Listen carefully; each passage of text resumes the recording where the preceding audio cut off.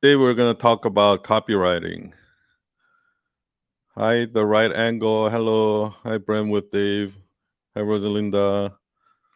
Hi, Sue. Hi, Christy. Hi, Jared. Okay, so if you have any questions for me, just go ahead and put it in the chat. Put it in the not the chat, but don't put any questions in the chat. Put it in the Jared. It's 2 a.m. Oh shit. Put it in the sticker tab, and then I'll answer them. So today I want to talk about copywriting for sales page, sales copy, how to write copy that's going to convert, that's going to sell. Hi Taheri. Okay, so quick announcement. Next week, starting from like the end of this week, the pricing for Night Owl Nation is going up. So it's not going to be $5 anymore. It's going to go up significantly. So if you've been thinking about joining Night Owl Nation but you haven't, definitely join this week, because starting from next week the pricing is going to go up, and all the old members that joined before are going to be grandfathered in, so they're going to continue to pay $5 a month.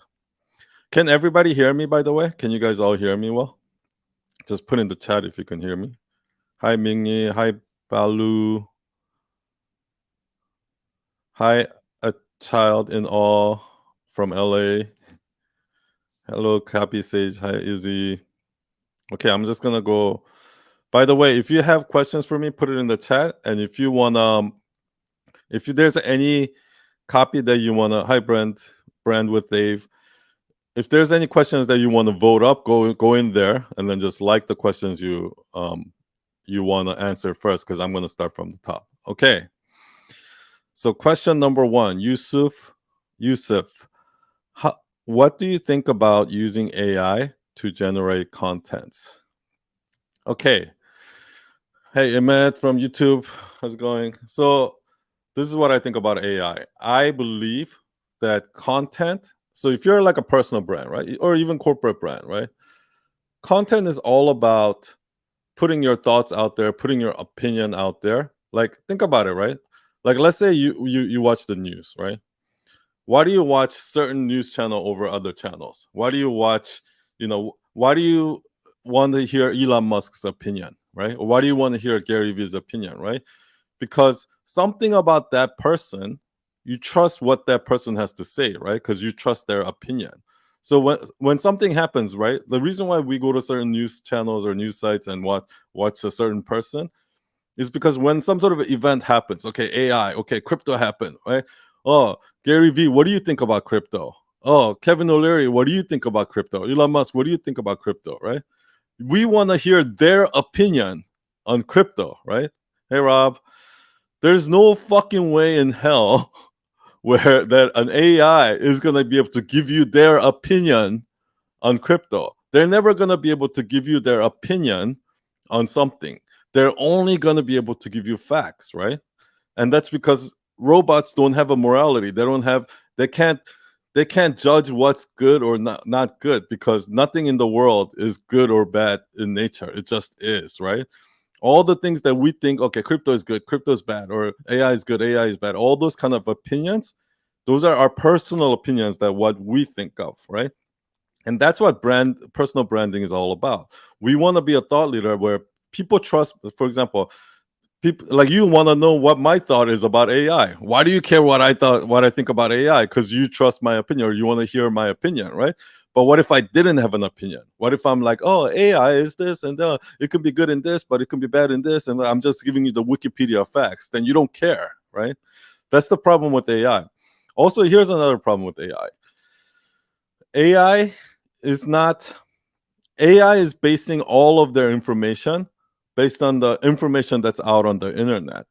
So it might not even necessarily be an accurate information that you get. You're going to get a more biased information on whatever the topic is. So that's why I'm really, really watching. I'm playing with AI, but I'm really watching where it goes, right? Because as of now, I feel like it's not really intelligent. It's intelligent based on the wrong data that the internet is feeding them, right? So that's my thought. Now, I don't think you should use AI to generate the content directly. I think what you should do is, hey Tabitha, what you should do is you should use AI as an assistant almost, right? You should use AI to look up, hey, what's going on with this? Oh, how many people are doing this? Oh, what's going on? Use AI to ask them questions so you can get data. But then based on data, you need to form your own opinion. You need to form your own judgment on that.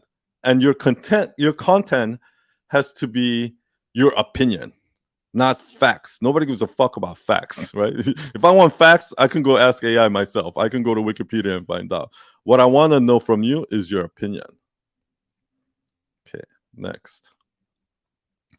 Yeah, so go ahead and ask your questions if you're just joining in. And also, if there's any questions that you want answered first, go ahead and vote it up by just hitting the like button. Okay, Akuro. Son, hi. Just started to be as a copywriter. What would you recommend first?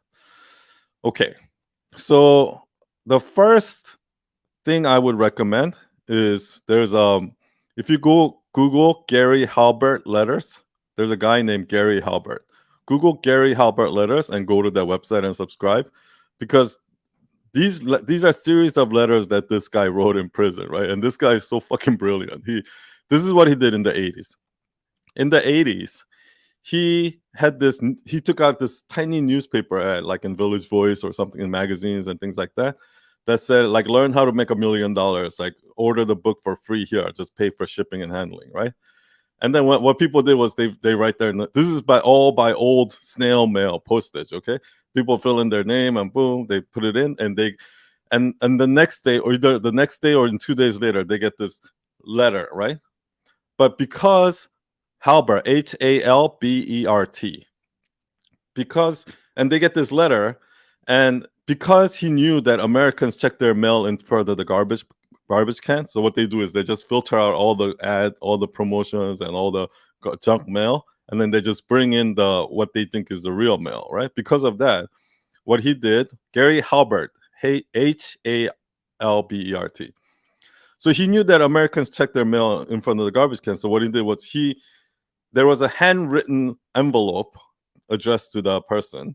So they'll bring it into the house thinking it's a letter, right? They open it. Inside is a typed letter that has $1 bill paper clip to it. And the letter starts, hey, thank you for ordering the book. And you might be wondering what this $1 bill is for. And this is the first of $1 million. What I want you to do is I want you to take this $1 bill, frame it, and hang it up on the wall. And when your friend comes to visit and say, hey, what is that? Just tell them, this is the first of $1 million that Gary helped me make, right? So, and then your book will be arriving in a few days. I want you to read it. And the whole purpose of this letter was, first of all, he attached the $1 bill to it just so that they'll actually read the letter. And the whole purpose of this letter is just to get them to read the actual book when the book comes in, right? Because now they're all intrigued. They're like, oh shit, I want to.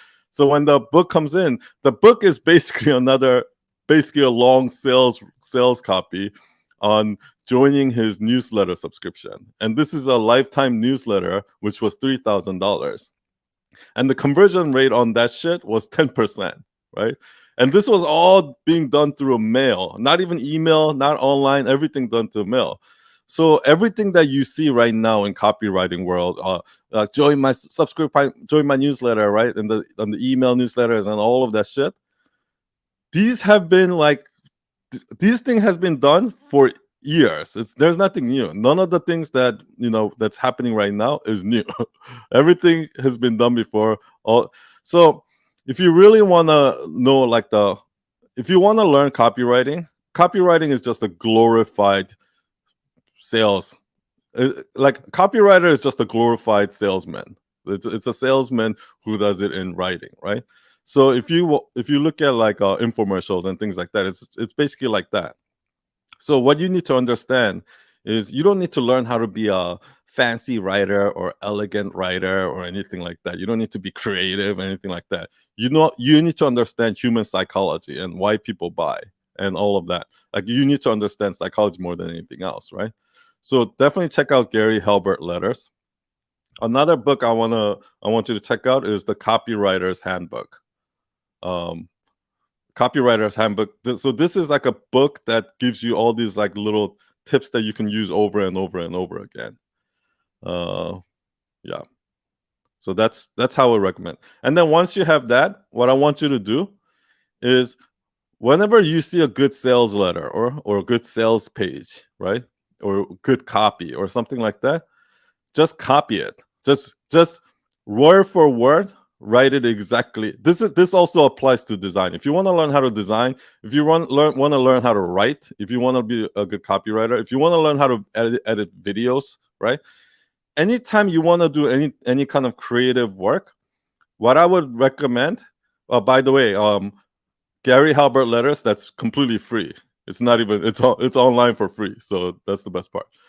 So if you want to learn how to do anything, whether it's design, copywriting, video editing, whatever it is, and you're starting out, the best way to learn is to copy it word for word. If you're doing design, copy it pixel by pixel. If you're doing video editing, copy it frame by frame, like exactly how they edit it. And the reason why you should do that is because when you start copying it, you're going to realize, oh, holy shit. Like, because, when I copy design, what happens is when I start copying some design, it doesn't look quite, at first, it doesn't look like the original. I'm like, oh, how come that one looks so much better? Like, I try to copy it, but my version doesn't look as good, right? But then if I make it pixel by pixel, and then, okay, I'm going to make it exactly the same size font, exactly the same color, exactly the same spacing and everything, all of a sudden I start to see, oh, when I make the font smaller like that, just slightly, that makes a big difference. Oh, when I use this word, it makes a big difference versus this word. And you're going to start to realize the little nuances of because what makes a great design versus good design is tiny little nuances. What makes great copy versus bad copy is tiny little nuances. So you're going to start to realize those tiny little nuances, the tiny little things that makes it better. And that's why you should just keep copying. And after you copy for a while, you're going to understand those little tips and little tricks, and you're going to get better. And yeah, so, so the lesson there is you have to learn the rules before you learn how to break them. Because a lot of creative people are like, I don't want to copy. I want to. So what do new people do who don't even know the rules, who don't even know the rules of design, who don't even know the rules of writing? They just start trying to be creative. I want to do something different, right? And then it's like, what? Like, good luck, right? Like, how's that working out for you? It's going to be shitty. Like, just because it's different doesn't mean it's good. Just because it's different doesn't mean it's original. I mean, just because it's original doesn't mean it's creative or it's good, right? So you actually have to learn the rules before you learn how to break them. Like Picasso, right? Like you look at Picasso's painting and you're like, oh, like some child could have done that. But Picasso actually knew how to already paint first, like realistically first. And he knew all the basics of all the painting first before he learned how to break the rules and do something creative. Whew, okay, I'm going to try to go a little bit faster. Okay, Brand with Dave. How do I get better at creating my video content? I write things and I don't know what to say. Okay, for me, I think in order for you to get better at video, you have to just get better at communicating, right? You have to get better at talking to people. You have to get better at talking on stage. And there is really no difference between writing and thinking. So one of the things that we're really, really trying to teach and practice at Night Owl Nation is not necessarily how to use fancy words, how to not say or ah or anything like that. First, I'm trying to teach people how to get other people to say, I never thought of it that way. Because that's like where the great ideas come from, right? The great idea is like, so I see something, I see one idea, and then I see another idea that's contradicting. And I'm like, why is that? Let me think about that, right? And then I might be able to actually realize what the truth is behind it. And once you do that, it's like, oh, people are going to say, I never thought about that way, right?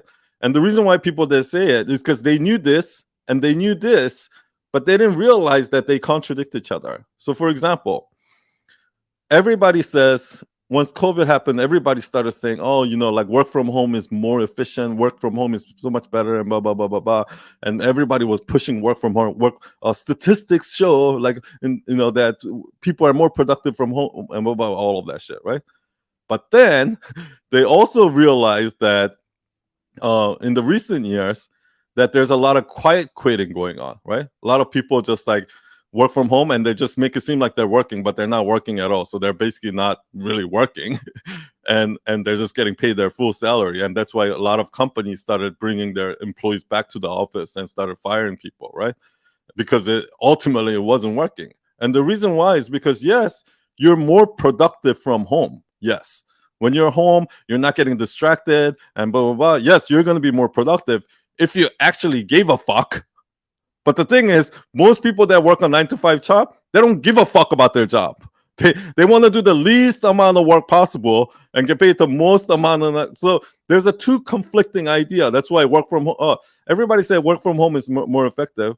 Oh, so then why is there quiet quitting? Why are all these people working less? It's because at the end of the day, most people don't give a fuck about their job. So that usually when you look at the truth is not that simple. Truth is not black and white. It's like either this or it's that, or work from home works, work from home doesn't work. It's not like that. The truth is very nuanced. There's gray areas, right? And once you break that myth for people, you say, oh, everybody thinks this, right? Everybody says do whatever you love, do what you love, but when you do what you love, like even if you love playing basketball, when you play in the NBA, you're gonna have to spend 8 hours a day in the gym fucking working out, doing drills and things like that. You don't love that part, do you? So there's nuances to everything, and once you expose that, that's what makes people say, I never thought of it that way, right? So what I'm gonna say is this: if you want to be a great speaker, first of all, if you want to make good videos, you have to have good ideas that you can talk about, right? And in order to have good ideas, you need critical thinking skills where, is it like this? Is it like, you need to understand the nuances and be able to break people's myth like that. So that when you present it like that, people are going to be like, oh, I never thought of it that way. And that's when they're like, oh, I want to follow this guy, or I want to hear more from him because he's making me think, right? He's not just repeating something that everybody else is saying. He's actually making me think, right? And that's where great content comes from. It's not coming from, I need to speak with, I need to speak with conviction. I need to be passionate. Or it's not about how you talk or what words you use. It's about the ideas that you talk about. And the only way you're going to get that is by writing, by practicing storytelling, and by what I just said. Because when you write things out, when you're constantly in these conversations, it's going to help you organize those thoughts and really become clear and critically think about the topic, right? And that's kind of like what Night Owl Nation is. Like the second part, next quarter of Night Owl Nation, what I'm trying to do is, so far we've been practicing storytelling. So we go in our past, we look at things, we connect the dots, and we see the pattern, and we try to come up with analogies or link it together. But one of the things that I'm going to add to the program is almost like a debate club, like where we come up with ideas and we try to debunk it, or we try to debate it to see, to really break that idea through so that we can understand all the nuances, because that's when the really good content is going to come out. Okay, next. Hi, Akinka. Hi, Sunita. Hi, Black FN Creative. Okay, Cheryl Leash. Hey, son. What are your tips for generating ideas for hooks? I guess what I'm trying to do is, number one, because I write a lot of the hooks for my videos, and what I'm trying to do is this. Hi, Harry. So I look at the videos, I watch the video, and first of all, the video itself has to be good, right? A hook without a good video is worthless. Hi, Colette. What happens is, let's say you attracted somebody with the hook, and they watch the whole thing, right? But then at the end, you didn't actually deliver the hook.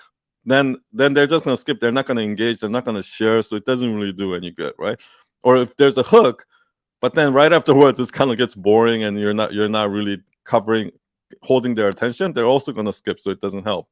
So you need all three parts. You need the hook, you need the the middle part where you continue to grab people's attention, right? So there's no chance for them to leave the video. And then at the end, you have to deliver with the lesson, with the punchline or something like that. You have to deliver something, right? And all three parts are needed in order for a video to do well. But or your carousel hook or whatever.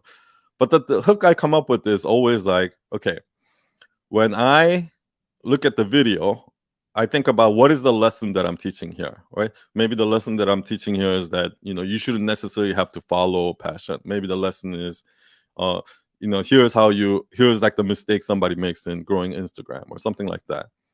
Then I have to go into the psyche of the person who needs to hear that message, right? who's looking for that message, or who is this gonna help, right? So if I'm talking about like, here, okay, today I talked about like personal brand versus business brand, right? So like, what's better?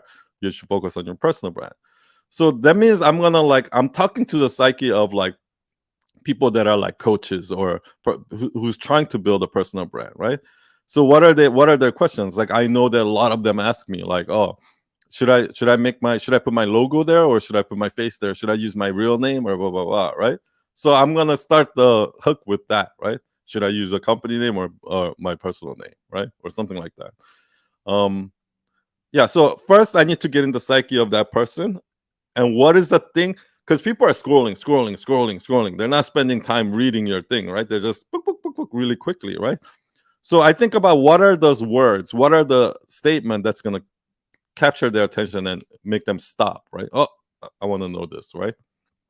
And then I try to think about what words I can use, right? So for example, it has to be specific and it has to be mysterious at the same time. So how can you be specific and mysterious at the same time, right?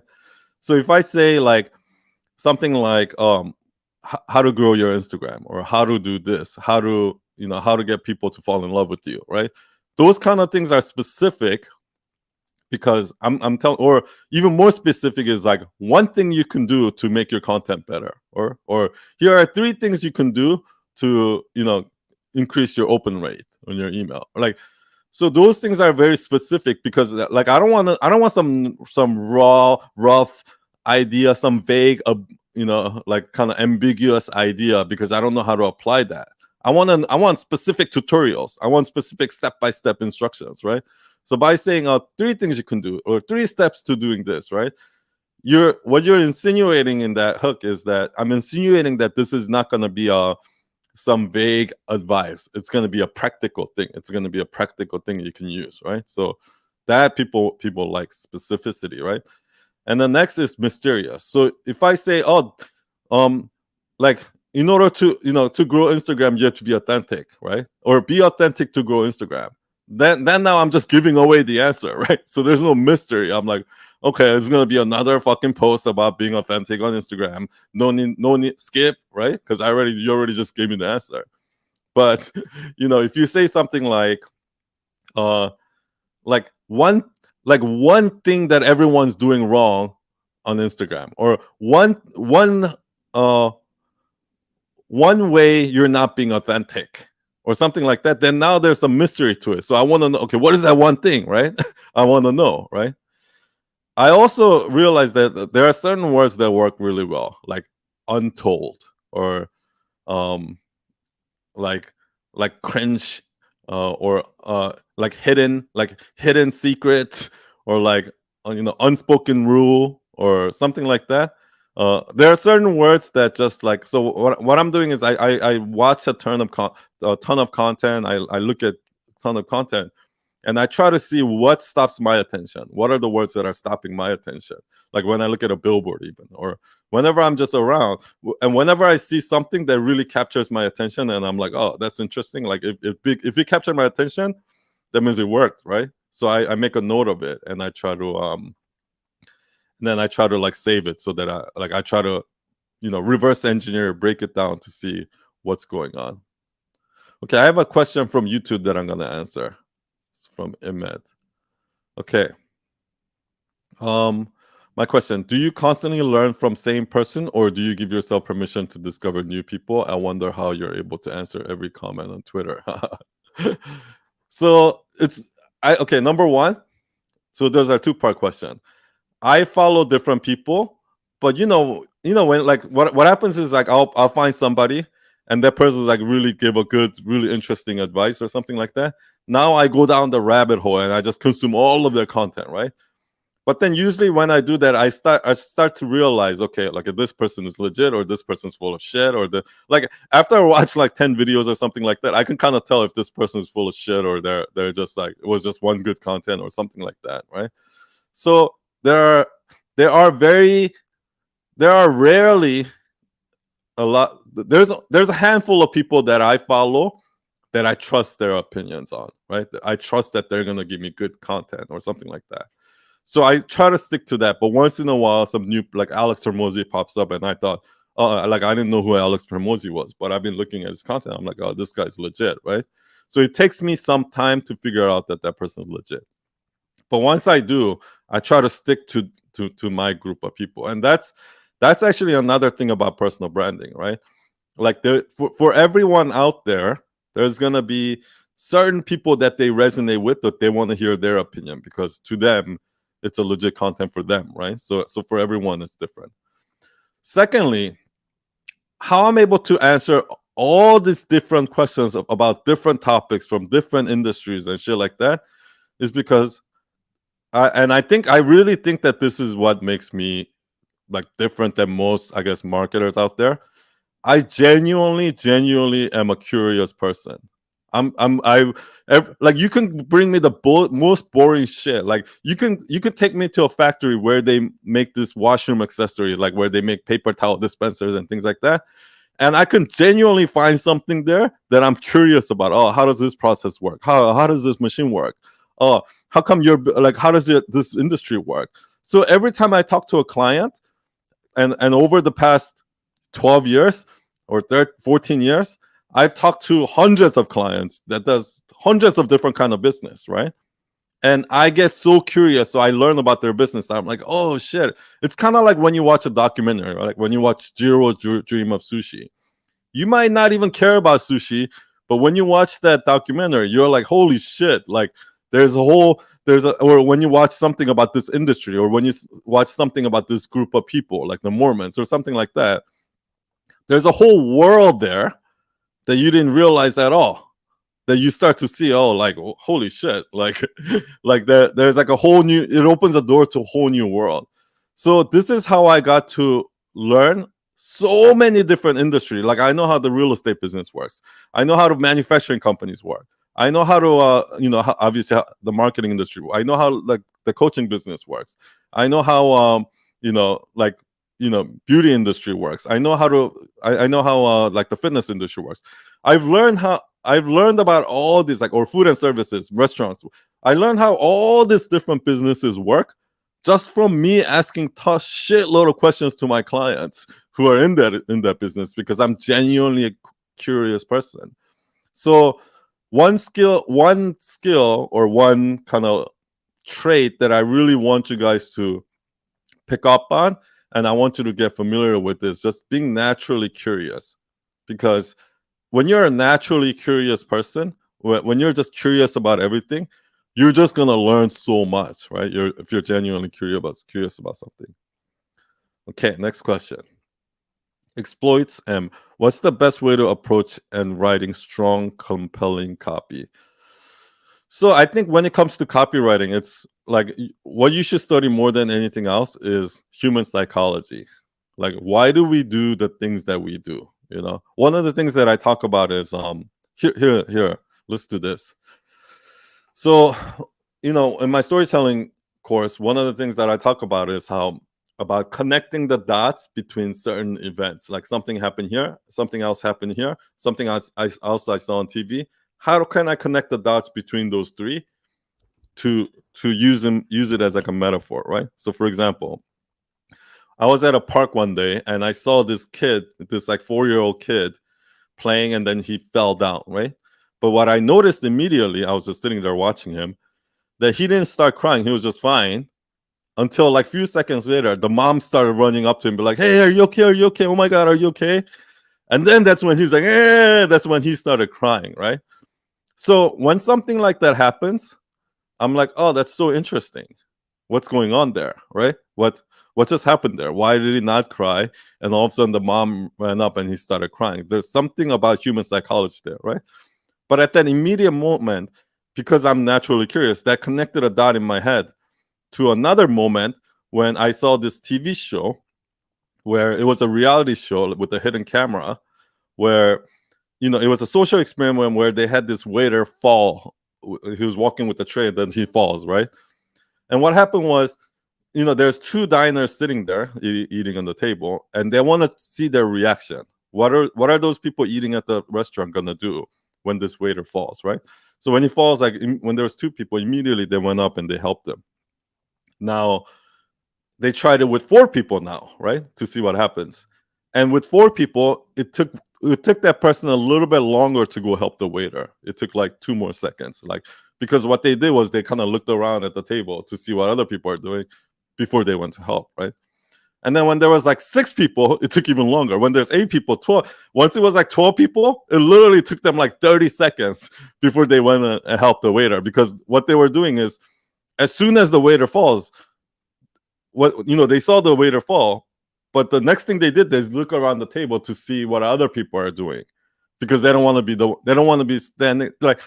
So what we're doing there, immediately when that happened, I was like, oh, that connected the dots in my head. Oh, that's what's happening when you're, because we're wearing this mask, right? And we care more about what other people think than our own opinion.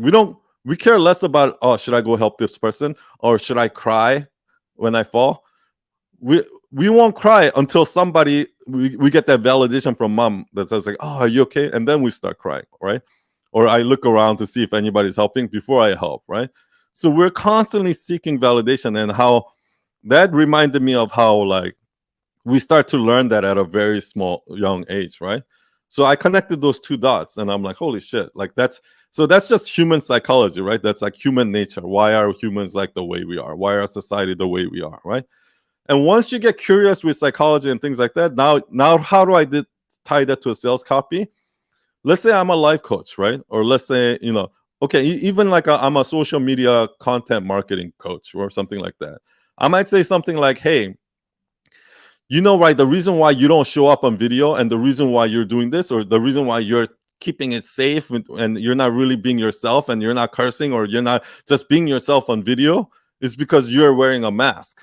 And we learn to wear that mask at a very young age. For example, when a kid falls, and then in this show, this is what happens. And I could connect the dots between why they do that and how does that relate to what you're doing right now, right? What you're doing wrong, right? And so this is how I connect the dots between storytelling, and this is how you're able to like really get people to understand. Because once everybody understands that, everybody understands this, but for some reason they don't understand this. So I have to use these two things as a metaphor to get them to understand this, because it's basically the same thing. Here's another example. I did a video on TikTok that got 1.5 million views, right? And back then, I literally only had like, 1,000 followers or 500 followers or something, like very low followers, right? And this one TikTok video just went viral. It got 1.5 million views and ended up bringing me like 25,000 followers overnight, okay? And this is when I had a tiny account, right? And this is what this video was about. I was watching this TV show called The Island, and it's kind of like Survivor type of show. And there was a guy who was like this very orderly military background person. Every day he would go to the beach and he would catch fish with his spear one by one by one. And then he would feed everybody, and everybody gets eaten, right? So everybody likes him. But there was this other guy who had a more creative background. He was a creative type of person. And he was trying to, instead of catching the fish with the other guy, he was building a net so he can catch a lot of fish at once. But for weeks, the net didn't work. He never caught anything. And everybody in the group started hating him. They're like, oh, this guy's so lazy. He doesn't want to do any work. All he does is play with this stupid net and all of that. But then one day with the net, he caught everything. He caught a lot of fish at once, and everybody was celebrating, and they were like, "Oh, good job," and all of that, right? When I saw that immediately, that I connected the dot, right? That immediately reminded me of how Steve Jobs in the beginning days of Apple, he took this Macintosh team, like even went to a different building and working on the Macintosh, right? Macintosh, even though Macintosh is not bringing them any money, right? Here's the older computer, the Apple II, which is bringing the money, right? So all the board of directors, all the CFO, and all the business executives hate Steve Jobs because Steve Jobs just wasting time building this fucking stupid Macintosh when Apple II is where they should be focused on. Apple II is the important one, right? Because that's paying the bills today. So the whole analogy is just like you need somebody who's boring, orderly, military type of guy to keep selling the Apple II every day so we can pay our bills, so we can keep the business going, right? And then you still need the R&D person, the creative person like Steve Jobs to go out and innovate and create new products. So in 10 years from now, this will be the one that's important. You see how you need both in a company? Just like in the island, you need the orderly guy to catch the fish every day so they can eat. But you also need this creative person to work on the net, even though they're not catching fish every day, so they can eat a lot in the future. So that's an analogy of how I kind of took this situation and tie it to this situation. So because people understand that one part, when I say the next part, they're gonna understand it too. And that's kind of how you write compelling copy. You don't just fucking go like one of the example that I give is like, people like this, like relationship coaches or whatever, like intimacy coaches, or these coaches might go and be like, oh, hey, do you want to radiate your feminine energy and be divine and all of that, right? Like be confident and what? Like when you say that, nobody is really going like when somebody says that, like I don't know what that means. Like why do I have to be confident? Blah blah blah.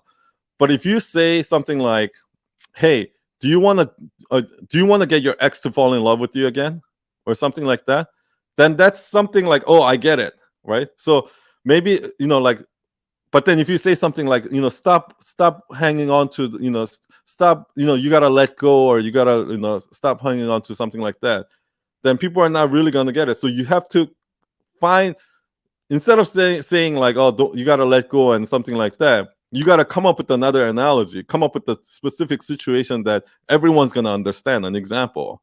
And then you have to show that metaphor so that people are like, oh, I get it now. Oh, I never thought about that. I never thought of it that way, or something like that.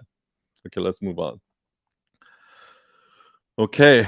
Anvi Lavi. How to get better at storytelling when making content video on a fact.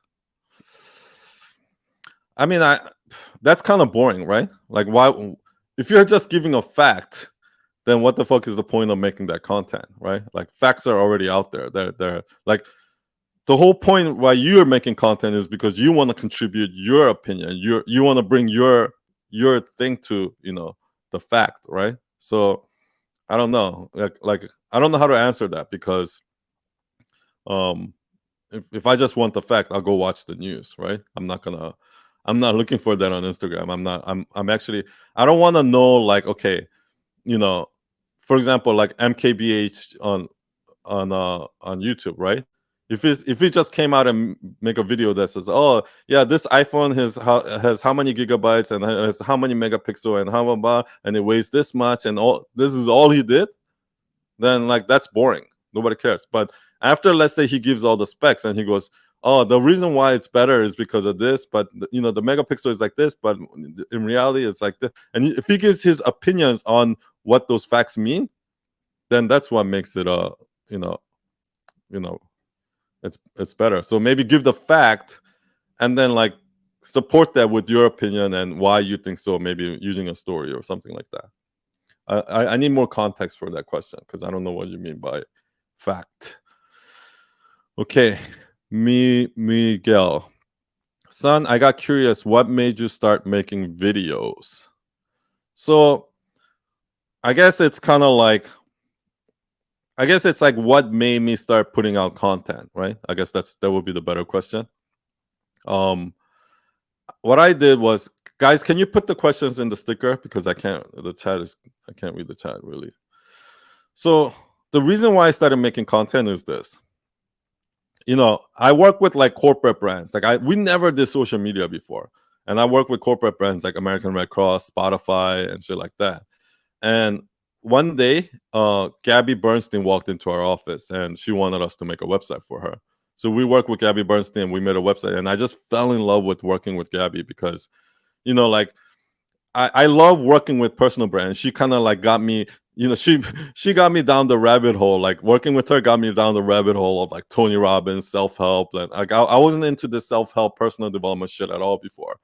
But like that really got me into that rabbit hole of like, self-help shit.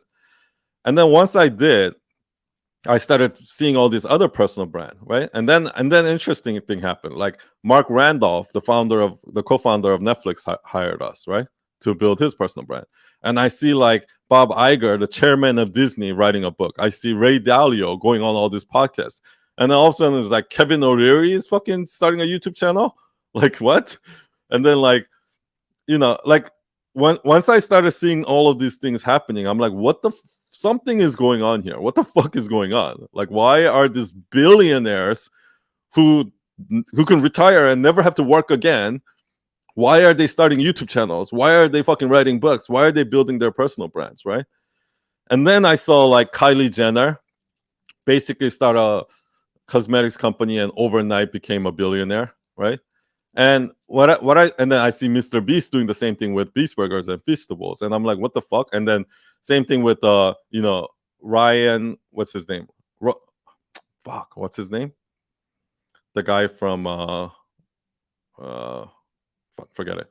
But I see the celebrities, right? Dwayne Johnson starting a tequila company and things like that. So I was like, what's going on? And what I started realizing is, if you look at like hundreds of years ago, when people lived in like these small villages with 150 people, the human brain is only capable of keeping relationship with about 150 people. And that's because, Ryan Reynolds. So that's because traditionally what happened was we live in a village with about 150 people and everybody knew each other, right? And in that village, we knew who the fucking asshole was, right? We knew who the liars was. We knew who the smart guys were, right? We know who everybody are in that small little neighborhood, right? So whenever I have a problem, I have a question, I'll go to that wise old man who's proven himself to be the wise old man that gives good advice.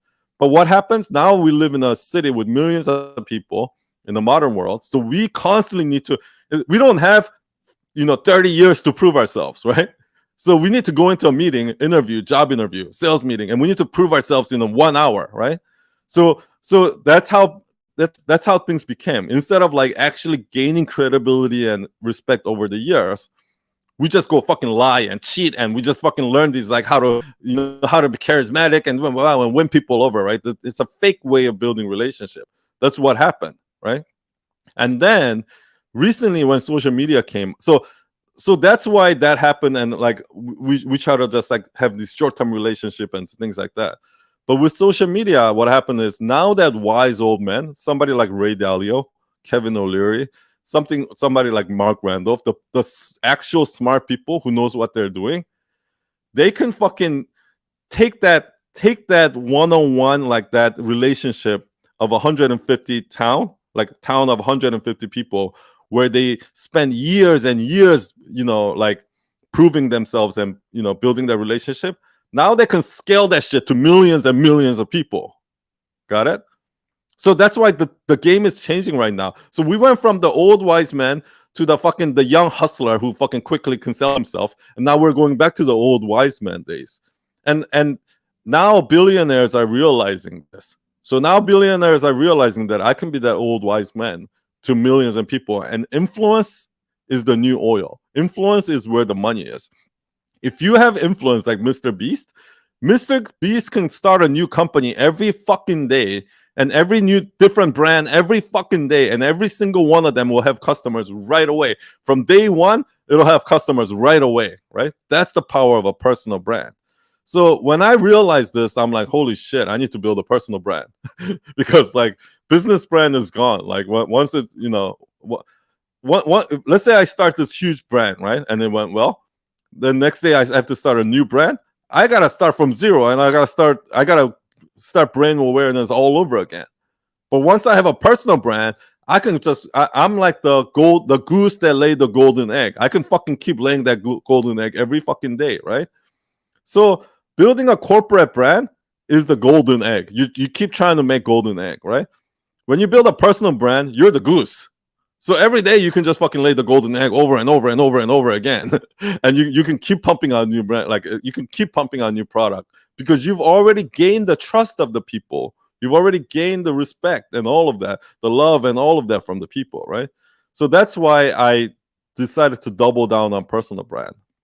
So yeah, and it's the reason why I'm so like I'm pushing personal brand so much, because if I can get millions of people to trust me and like respect me, or that understand me and buy from me, like if I've earned their trust, then I can keep coming up with new products and they'll keep buying it.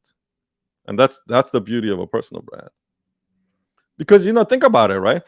In business, right? How many of you guys really do business because of the product or work? Like, we all want to do business with people we trust. You know what I mean? Because you know how many times I've been burned? Like, somebody comes to me with a good portfolio, and I take that portfolio and I'm like, oh, this guy's really good. I hire them, and then I start working with them, but they're a fucking asshole, or like they're always late, right? Or maybe their portfolio is good, but when I actually work with them and they send me the design, they're like, oh, this is not like your portfolio. It's like maybe they lied to me on the portfolio, right? Maybe they hire a coach or something like that to build their portfolio, so I don't trust them. Or some I work with some freelancer, and the freelancer just ghosts me, or they don't get back to me for like 3 days, and then eventually they just disappear, right?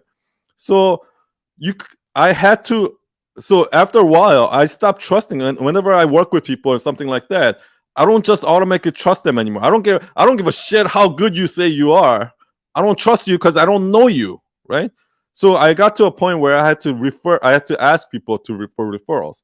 Hey, you have a lawyer that you trust? Hey, you have a designer that you trust? Hey, you have a video editor that you trust? Because if I don't trust you, I can't work with you, right? And that's why the showing the face and just coming on and just gaining that trust is so important. Like, how the fuck are you gonna trust somebody that you've never seen or talked in real life? Like, if you're competing against me, right, and I'm showing up with my face and I'm just talking, and people see me how I talk as I am, and then you're just behind some fucking computer and you're just a fucking chatbot or something like that. I don't know you're a chatbot or you're a real human or not, right? So how are you gonna gain their trust, right? You're not gonna be able to gain their trust. Like, I'm gonna beat you every single time. So that's why you need to show up. Okay, next question. What's going on? Instagram's so big, buggy. I am Renat. Okay. What are your top tips on how to be consistent in creating any kind of content? So for me, I'm going to say two things about this. Number one, if you focus on the content, I'm going to make the most beautiful design here. I want to write poetry so like the words sound really good, or I want to blow people away with this content, right? When you focus on the content itself, you're going to get burnt out at some point. You're going to get bored of it. And one day you're going to wake up, you're like, I don't feel like making content, right? Like, in the beginning, everybody's having fun. In the beginning, everybody's fun editing videos, writing copy, and everything's fun because it's new, right?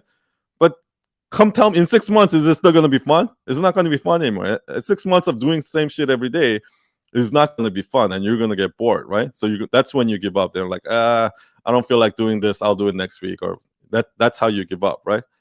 So if you focus on the content, right? If you're just focusing on making good content, at some point you're gonna give up because you can only make so many good content before you run out of ideas, and you just gotta say the same shit over and over, and you gotta repeat the same thing, right? You just gotta package it slightly differently. So at that point you're gonna get bored because you're basically doing slight changes. You're not really coming up with new concept, right? But if you put your focus and energy on the person that you're serving, your audience. I'm thinking about that 20-year-old girl in India who's going to be watching this, or who's going to be reading this, and it's going to change her life because she was thinking this way and now she's thinking that way. Or I'm thinking about yeah, this person that I talked to in Egypt, who's a designer, and he really needs to hear this because he's struggling. Like, if I put my focus on the audience, who am I serving? How is this going to help them? Then I get all hyped up. Right now, think about it. I come on this live every fucking week for the past year. I've been coming on this live every fucking Thursday, right? And answering the same fucking questions and saying the same shit over and over and over and over, right? So how do I do it? Why do I not get bored, right? Why do I still have the same excitement? It's because now I know that I'm helping you, Renat, or I'm helping you, Lenny. I'm helping you, Nielsen. There's people on the other side of this phone, this camera. There are real human beings out there that I'm helping, and I know that this message, even though I said it 100 times, I know today it's going to help somebody. And that's where my focus is on, the people that I'm helping. Then you're never going to get burnt out. You're never going to get tired of it. You're never going to get bored of the content, because it's not about the content. It's not about what I say. It's about the person who's hearing it. Do you understand what I mean? So that's number one. That's first way of how to be consistent. Like, you're not going to get bored of it or anything like that, right? Number two, like when I do my podcast, podcast is a lot of work, right? It's kind of like, here's the thing, right? Whenever I have to do something, like whenever I have to go into a meeting or I have to go to dinner with my friends and I don't want to go, I'm tired, I just want to sit home and watch TV, but I have to go to this dinner, but it's already scheduled, so I have to go anyway. So I go and I end up going, and then I actually end up having a great time. I'm like, oh, I'm actually glad I came, right? And I do that with a lot with vacation. When I'm on, when I go on vacation, like every time, like right the day before the vacation or the morning of the vacation, is like, fuck, I have so stressed out. I have so much work to do. I don't want to go. But then I go to the airport. I drag myself to the airport because it's already booked, and I go there, and then I end up having a great time. I'm like, oh, I'm glad I came, right? That's kind of how almost everything is for me, right? I book everything in the calendar, right? So every Wednesday, I'm recording a podcast and I have a guest booked, and the guest is going to be there waiting for me, right? So it's a non-negotiable. It's if it was 100% up to me, and I'm like, oh man, I'm tired today, I don't want to record my podcast, I'll do it next week. And then I'll do it next week. And then the next week turns into next week, 2 weeks. 2 weeks turns into 4 weeks. In a month turns into 2 months. And eventually that's how you give up, right? In the beginning, you're all excited, I'm going to do this every day, or I'm going to do this every week. And then at some point, you're like, oh, I don't want to do this. Let me just skip today. Let me just skip next week. And then that's how everybody stops being consistent. That's how people stop posting, right? But for me, I have that shit locked down in my calendar. It's a non-negotiable. Like, no matter how much I don't want to do it, I have to do it because there's somebody there waiting for me, right? So one of the way you can keep yourself consistent is keep yourself accountable. Keep yourself accountable through other people. So if you join Night Owl Nation, for example, and you're in a small group, you know that every week you have to show up and you have to write that story and you have to tell that story. Otherwise, there's going to be somebody there that's going to be like, oh shit, like this person is depending on me to show up, right? So here's what I learned, most designers that I know, they're fucking great at meeting deadlines for their clients. Like most copywriters, most people that I know, they're like most people that I know, they're amazing at selling when they're selling for the company they work for, when they're selling for their boss, right? Or when they're raising money for this non-profit, right? Or when they're making a design for this client, they're like on point, they stay up all night and they deliver the design. Most people are amazing at being accountable and responsible when it comes to doing shit for other people. But as soon as it comes to time for doing their own shit, they're like, oh, I'll just skip. I'll do my client work first, and I'll push that off next week. And it's because we're all like, we're humans, so we all have ego. So we don't want to be judged. We don't want other people to think we're irresponsible. We don't want other people to think that we miss deadlines. So we're more scared of that, but we're willing to fucking miss our own deadlines all the fucking time. That's why we need to keep ourselves accountable by having somebody else keep us accountable. And that's why communities are so important. That's why Night Owl Nation is so important. That's why, going to a Soul Cycle is so much more important than just going to the gym. You know that you go into the gym, like you have to keep yourself accountable. Like, I'll just go tomorrow, I'll stop going. But when you go to Soul Cycle, and those are those are community members that are expecting you to be there, and when you go there, they're gonna like whip you, and people are watching you. You go to yoga studio, they're watching you, so you have to hold that pose for longer. You have to do your proper pose rather than just half-assing it or something like that. So that's how you stay consistent, by forcing yourself accountable through other people. Okay, next question. Leonard Duraj, how to create copy for About Us page? Great question. And I don't want to say this yet because next week topic is all about me, about us, how to write a brand story, how to, and there's different ways to write brand stories and how to write a compelling brand stories. So next week is going to be all about us, about me page. So let's save that for next week because it gets pretty deep. And if you're not in my mailing list yet, what I want you to do is I want you to go to my profile, click on my link in bio, click on my email, my newsletter, and subscribe, because that's the email that I'm going to send out next week. Next week, I'm going to send an email all about how to write your about page, how to write your brand story. That's the topic that I'm going to cover in the next 2 weeks. So I highly, highly, highly suggest you get in there if you want to know about how to write your brand story or how to write your about page. Okay. Next. I'm going to do a couple more. I'm going to try to do a, little quick fire lightning round or whatever it's called. Jared Rodriguez. Do you have any profiles you recommend that deal with management topic in general? Management topics? I'm not sure what you mean by management topics. Like one of the people that I love to follow his name is Jocko Willink. He's like an ex-Navy SEAL that teaches about leadership. Like everything that he teaches, he gives like an example, and he kind of like, what he does is he'll teach about some concept, like what we should do in business, and then he'll relate it to like something that happened in the military or something like that. And it's like, it's so funny how whether you're in the military or in your corporate environment or where you're in the community, or whether you're a parent trying to manage your children, like how humans are humans, right? At the end of the day, that's why I say study psychology, right? Study how the human brain works. Because if you know how humans are, it's easy for you to sell. It's easy for you to convince people and shit like that, because you can really get in their head. But yeah, maybe go check out Jocko Willink. Like he's the person that I really trust when it comes to content about like managing people or leadership or something like that. Okay.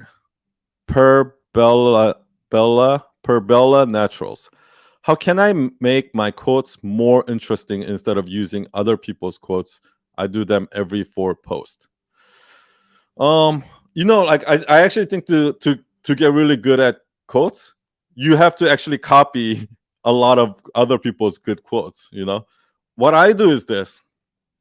I have some sort of a concept that I want to say, right? And then I write it out. And sometimes it's like 2, 3, 4 sentences. Sometimes it's like a paragraph, right? And then I'll start tweeting it, and I'm like, oh, this is too long, and then I shorten it. And then I'm like, oh, what? How can I say this one sentence in in just 2 words, right? And so in the process of doing that, what I was like, oh no, the better word here would be this, and that's kind of how I write my tweets. So maybe like follow me on Twitter, because that's kind of the practice that I do. I'll write something and I'll try to find a shorter way to say the same thing and shorter way to say the same thing, and then replace this word with this, and then I tried this. And I just think it requires a lot of practice. It's not something that you're going to learn. It's one of the hardest things is to like, for me, the part where I spend the most time actually is taking that concept that I've written out that's kind of messy, draft, and then rewrite it. And you keep rewriting it, and I can just keep rewriting it forever. And that's where I actually spend 80% of my time. So I don't think there's like a shortcut to that. You just have to keep practicing it. Maybe I should one of the things I should actually do, I want to reverse engineer how I write those quotes and things like that, so I can figure out if there's like a pattern or something like that I can teach. That's a good idea. Maybe I should do that. Thank you for Thank you for triggering that idea in me. Thank you. Okay, last question. Paddle collision. What practical exercise I can do to improve in storytelling? Like daily tip to start with little steps. Okay, this is exactly how we do it in Night Owl Nation. What I would do if I were you is try to think about a specific vivid memory you have, right? Oh, yeah, that time when I was when one of my employees quit, and then he said he told me that he was quitting, and I was like, I got this text message, and I'm like, oh, what am I gonna like? Try to go bring yourself to that moment, and then don't try to turn it into a story. Don't try to like tie it to a lesson and figure out how does this fit in my business. None of that, right? Just take that vivid memory. I call this the 5-second moment, and then just like write out or talk about exactly what happens, like step by step. Okay, and then I did this, and then that person said, okay, be very specific, very, very, very specific. Oh, I was in. It was on this day. It was on a Tuesday or on Wednesday night. I was at home. I was sitting in my bedroom, and then all of a sudden, this person said this to me, and then that triggered this, and then I started thinking, like, bring yourself there and try to tell the exactly what happened in detail, right? And then try to pull the string. Okay, why did I do that? One of the questions that you can ask is every time you react to something in that story, you're like, why did I do that? And then when somebody tells you something or something happens to you, you're like, how did that make me feel? So keep asking yourself those questions. How did that make me feel? And then your reaction, right? Why did I do that? Oh, how did that make me feel? Oh, and then why did I do that? And then how did that make me feel? Right? Keep asking yourself and keep pulling on that thread from starting from that vivid memory, that 5-second moment, and then see what comes out of it. And that is the practice that we do at Night Owl Nation. Now, this practice works the best when you're doing it with somebody, meaning when you're there, you're telling that story to someone, and that person's asking you a question. It's like, oh, really? And then what happened there? And then you kind of talk it through, and then that person is like, oh, maybe this is what you were feeling, and or maybe this is what you were feeling. Oh, maybe you did that because when you were a child, you did this, and that kind of scared you of this. And what happens is you start to unravel what exactly happened there, and you start to see from a third person perspective. And that's exactly what we do at Night Owl Nation. So that practice is exactly what we do at Night Owl Nation. So if you really want a practical exercise to improve storytelling, I would, and this goes for all of you guys, I would highly ask you to join Night Owl Nation. And this quarter of Night Owl Nation ends in 2 weeks, and in 4 weeks we're going to start the new quarter. Now the new quarter, our price is going to going up. So if you want to, right now it's $5 a month. So if you want to join Night Owl Nation, this week is the time to do it, because if you join this week, it'll still be $5 a month, and it'll be $5 a month forever until you cancel. But if you join next week, you're gonna have to pay the new price. So, okay, that's it for today. If I haven't gotten to your question, I'm so sorry. I'm so sorry. I'll try to next week. I'll try to go faster. So if you have a question, but also just feel free to DM me questions, and so like I might not be able to go through all of them, but if there's any good questions there, I'll try my best to go through them. So thank you all. Thank you, Orange Chilled. Thank you, Haroshi. Thank you, Travel Republica. I'll see you guys all next week. Cheers. Have a great weekend, and cheers. Bye, my wine life. Bye, I'm Dash. Bye, Infinity Beyond. Bye.